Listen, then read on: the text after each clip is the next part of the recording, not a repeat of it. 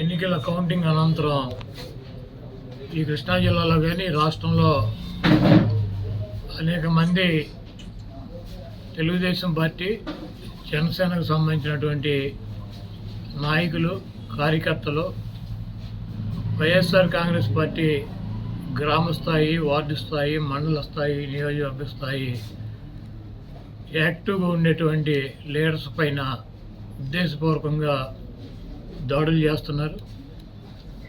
అదేవిధంగా వాళ్ళ ఇళ్ళకెళ్ళి ఇళ్ళు పగలు కొడతాం, కార్లు పగలు కొడతాం, అర్ధరాత్రులు వెళ్ళి వైఎస్ఆర్ కాంగ్రెస్ పార్టీ శ్రేణుల్ని భయపెట్టాలి, ఈ వైఎస్ఆర్ కాంగ్రెస్ పార్టీని డిస్టేజం చేయాలని చెప్పి పెద్ద ఎత్తున ప్రయత్నాలు చేస్తున్నారు.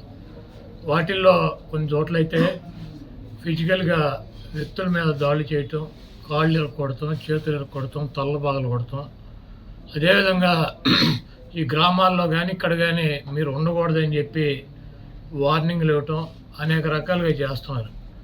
వీటికి ప్రత్యక్ష సాక్షులు పోలీసులు దగ్గర ఉండి వాళ్ళు కొడతంటే వీళ్ళు చూస్తూ నిలబడి ఎంజాయ్ చేస్తున్నారు. ఈరోజు మా దగ్గర పోలీసులు ప్రేక్షక పాత్ర వహించేటువంటి సన్నివేశాలు, తెలుగుదేశం పార్టీ అల్లరి మొక్కలు మా వాళ్ళ మీద దాడి చేస్తున్నటువంటి సన్నివేశాలు సీసీ ఫుటేజీలతో సహా, ఫోటోలతో సహా మా దగ్గర ఉన్నాయి.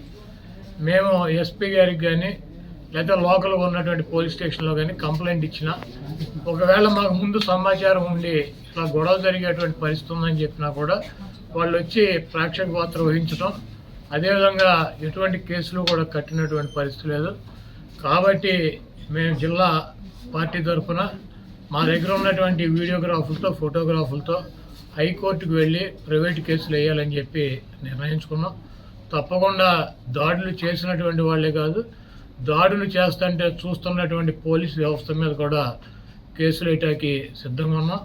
అదేవిధంగా వైఎస్ఆర్ కాంగ్రెస్ పార్టీ నాయకులకు కానీ, అదేవిధంగా కార్యకర్తలకు కానీ ఎటువంటి భయం, ఆందోళన చెందాల్సినటువంటి అవసరం లేదు.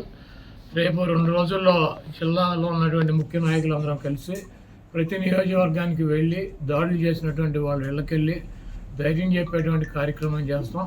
కూడా మీరు ఎట్టి పరిస్థితుల్లోనూ కార్యకర్తలు కానీ, నాయకులు కానీ జరుగుతున్నటువంటి దాడుల్ని మీరు చూస్తూ ఊరుకోవద్దు. పార్టీ అంతా యాక్టివ్గా ఉండి అందరూ ఒక వేదిక మీదకి వచ్చి వాటిని తిప్పి కొట్టాల్సిన అవసరం మన మీద ఉందని చెప్పి ఆయన కూడా చెప్పారు. కాబట్టి పోలీసు వ్యవస్థ ఒక అసమర్థమైనటువంటి వ్యవస్థగా ప్రేక్షక పాత్ర వహిస్తున్నటువంటి ఈ పోలీసు వ్యవస్థకి మరి మా నుంచి ఈ తెలుగుదేశం పార్టీ గోండాల నుంచి మా పార్టీ నాయకుల్ని, కార్యకర్తల్ని కాపాడుకోవటానికి మేము కూడా 2 రోజుల్లో రోడ్డు మీదకి వచ్చి ఎక్కడైతే మా వాళ్ళ మీద దాడులు జరిగినాయో, ఎక్కడైతే మా వాళ్ళని ఇబ్బంది పెడుతున్నారో ఆ ప్రాంతానికి వెళ్తాం. ఆ కాన్స్టిట్యున్సీకి కానీ, ఆ జిల్లాకు కానీ సంబంధించినటువంటి నాయకులందరూ కూడా పాల్గొంటారు. ఆ నియోజకవర్గంలో ఉన్నటువంటి లీడర్స్ కానీ, కార్యకర్తలు కూడా పాల్గొంటారు. తప్పకుండా లా అండ్ ఆర్డర్ ఇష్యూస్ కనుక వస్తే దానికి పోలీస్ వ్యవస్థే బాధ్యత వహించాలి.